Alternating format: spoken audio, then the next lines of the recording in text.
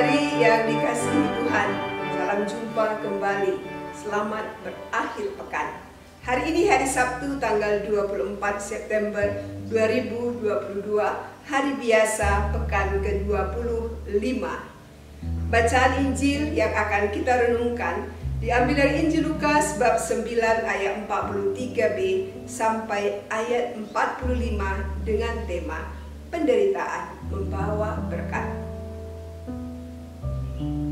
Ketika semua orang itu masih heran karena segala yang diperbuatnya itu, Yesus berkata kepada murid-muridnya, "Dengarlah dan camkanlah segala perkataanku ini. Anak manusia akan diserahkan ke dalam tangan manusia. Mereka tidak mengerti perkataan itu, sebab artinya tersembunyi bagi mereka, sehingga mereka tidak dapat memahaminya, dan mereka tidak berani menanyakan arti perkataan itu kepadanya." Demikianlah sabda Tuhan. Saudara-saudari yang terkasih, seorang pemuda Kristiani menemui seorang jemaat Kristiani yang bijak dan bertanya, "Bersediakah Anda berdoa supaya saya kuat dan tangguh dalam menjalani kehidupan?" Lalu mereka pun berlutut bersama dan pria itu mulai berdoa, "Tuhan, kirimkanlah penderitaan kepada anak muda ini di pagi hari. Kirimkanlah padanya penderitaan di siang hari. Kirimkanlah padanya sampai di sini."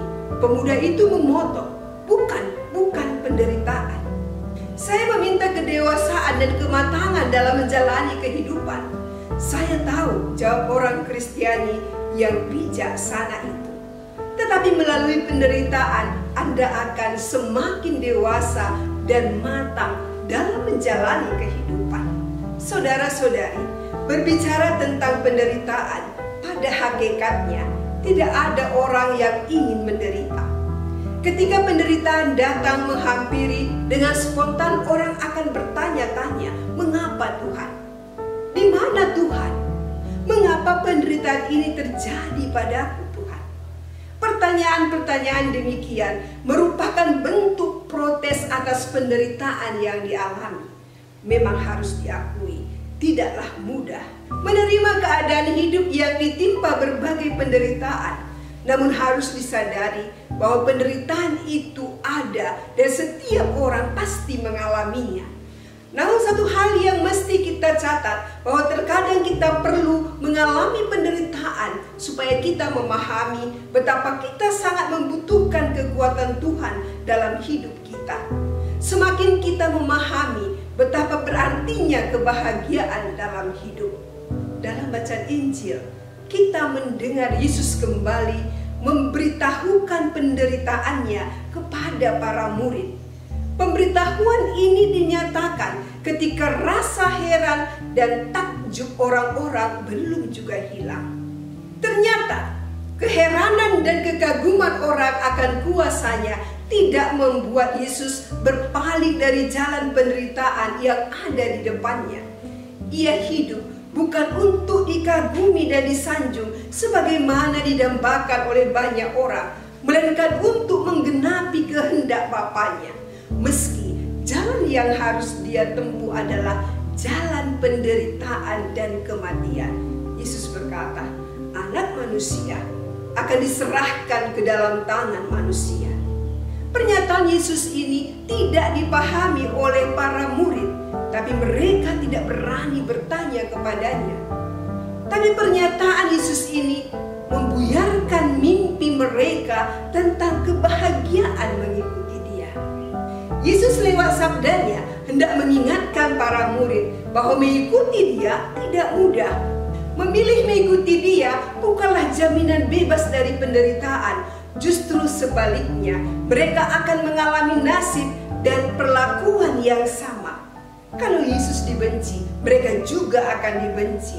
Kebaikan yang mereka lakukan tidak selalu mendatangkan tanggapan positif dan juga sanjungan. Ini satu awasan bagi mereka bahwa memilih mengikuti Dia berarti harus siap untuk menderita. Kalau emas diuji di dalam api, kesetiaan seorang murid diuji dalam tanur kehidupan. Seorang murid mesti berani untuk menderita, siap untuk berkorban, karena boleh jadi seperti Yesus, kebaikan yang diwartakan akan menjadi senjata pembunuh dirinya. Penderitaan dan penolakan mesti melahirkan sikap tahan uji dan tidak boleh mematikan semangat mereka untuk tetap berbuat kebaikan. Yesus menyatakan kebenaran tentang misinya agar cepat atau lambat para pengikutnya memahami dan siap menerima konsekuensi dari pilihan mereka mengikuti Dia. Sabda Yesus jelas bahwa setiap pilihan punya konsekuensi. Jelas bagi kita bahwa mengikuti Yesus bukan tanpa tantangan, bahkan penuh tantangan dan perjuangan. Hanya kita yakin kalau Yesus sendiri telah melewatinya dengan kemenangan, maka kita juga mengikuti Dia dan percaya kepadanya. Mesti yakin pula bahwa salib dan kesulitan dalam hidup adalah jalan yang mesti kita lewati untuk semakin dewasa dan matang dalam menjalani kehidupan kita. Kita percaya bahwa penderitaan yang kita alami apabila diterima dan direnungkan secara mendalam tidak selamanya merugikan, menakutkan, dan membuat kita sengsara. Penderitaan bila diterima dan dihayati dengan sungguh-sungguh ternyata juga memberi berkat.